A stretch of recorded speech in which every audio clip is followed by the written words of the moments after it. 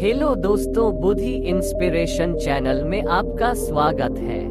कभी आपके मन में विचार आता है कि काश किसी के मन की बात हम जान सकते हैं। किसी के मन की बात जानने के लिए कोई बड़ी बात नहीं है। चलिए मन की बात जानने के लिए बुद्ध की कहानी के माध्यम से समझते हैं। कहानी की शुरुआत होती है एक छोटे से गाँव में। वहाँ एक बूढ़े आदमी रहते थे जिनका नाम रामू था।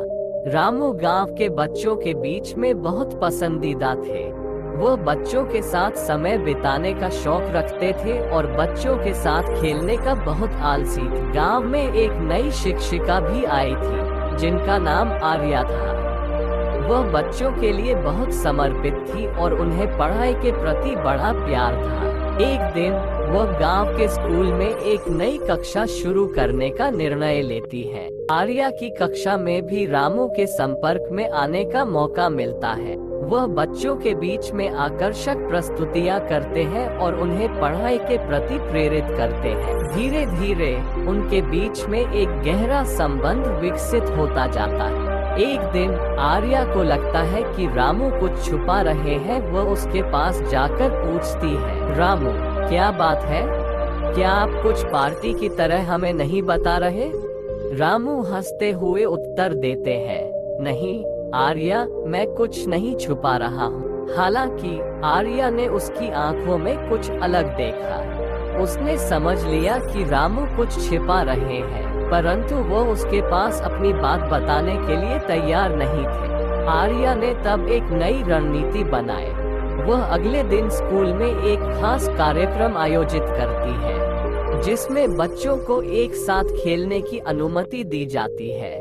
इस कार्यक्रम का उद्देश्य था बच्चों के बीच में आत्मसमर्पण और साझेदारी को बढ़ावा देना। कार्यक्रम के दौरान आर्या ने एक खास गतिविधि का आयोजन किया। वह बच्चों को बंधक बांधकर एक खेलने की गतिविधि के लिए व्यवस्था करती है। बच्चों को एक साथ काम करना पड़ता है ताकि वे अपनी टीम को सामर्थ्य से पूर्ण कर सकें।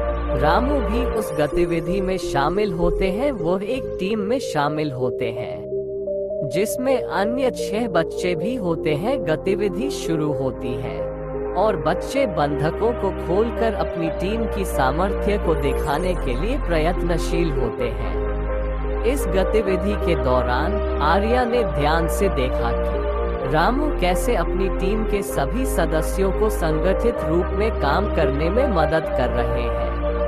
उसने देखा कि वो किसी भी व्यक्ति को अलग कारण से उकसाते या बुराई नहीं करते।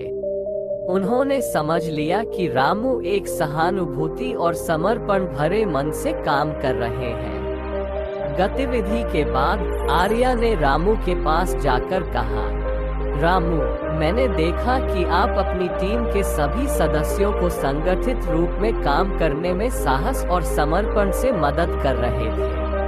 मैं आपके संबंध में गर्व करती हूँ। रामू हंसते हुए धन्यवाद कहते हैं। आर्या, मैं सिर्फ अपनी टीम की सहायता कर रहा था। मुझे बस ये दिखाना था कि जब हम एक साथ काम करते हैं तो हम ज्यादा कारगर बन सकते हैं। आर्या ने समझा कि वह रामू के मन की भावना को बिना किसी शब्द के साथ समझ सकती है। वो ये भी समझती है कि एक अच्छे शिक्षक का कार्य यही है, अपने छात्रों की भावनाओं को समझना और उन्हें सहायता और प्रेरणा प्रदान करना। इस कहानी से सीखने का संदेश है कि दूसरे व्यक्ति के मन की भावना को समझने के लिए हमें ध्यान से सुनना और देखना चाहिए। वो शब्दों के परे की भावनाओं को समझने की कला है जो एक अच्छे संबंध की नींव हो सकती है। इससे हम अपने आसपास के लोगों के साथ गहरे और संबंधित संबंध विकसित कर सकते हैं जो जीवन को और भी रमणीय बना सकता है।